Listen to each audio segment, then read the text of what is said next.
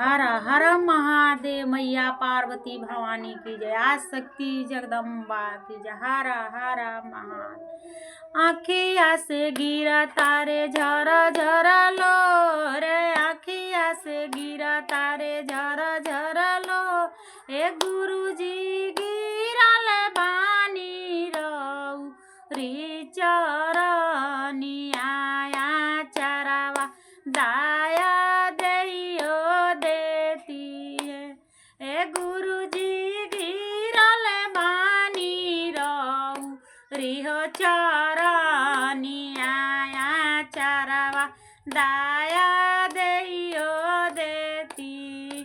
नैहर के दाया ससुर के दाया, नैहर के दाया ससुर के दाया।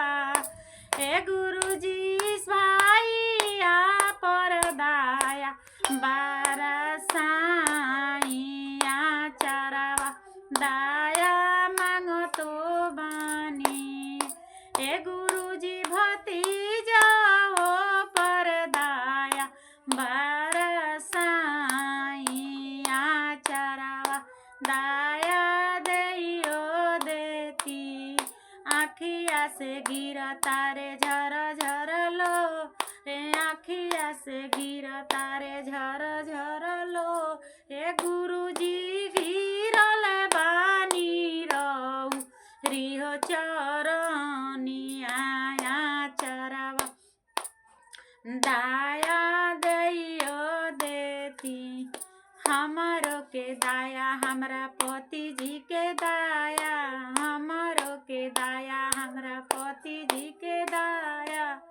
ए गुरुजी दाया वासे भरी ना होया चरवा चरवा दाया मांगो तो बानी। ए गुरुजी दाया वासे भरी ना होया चरवा चरवा दाया मांगो तो बानी। बेटवा के दाया पतोहिया के दाया, बेटवा के दाया पतोहिया के दाया। ए गुरुजी पोता ओ पर दाया बरसाइया चरवा दाया मांगो तो बानी। ए गुरुजी पोता ओ पर दाया बरसाइया चरवा दाया मांगो तो बानी। आँखिया से गिरा तारे झर झर लोर, आँखिया से गिरा तारे झर झर लोर। ए गुरुजी गिरल बानी रऊ रिहो चरनिया चरवा दाया मांगो तो बानी। ए गुरुजी गिरल बानी रऊ रिहो चरनिया चरवा दाया मांगो तो बान। बेटियों पर दाया दामादो पर दाया, बेटियों पर दाया दामादो पर दाया। ए गुरुजी नातियों पर दाया बरसाइया चरवा दाया मांगो तो बानी।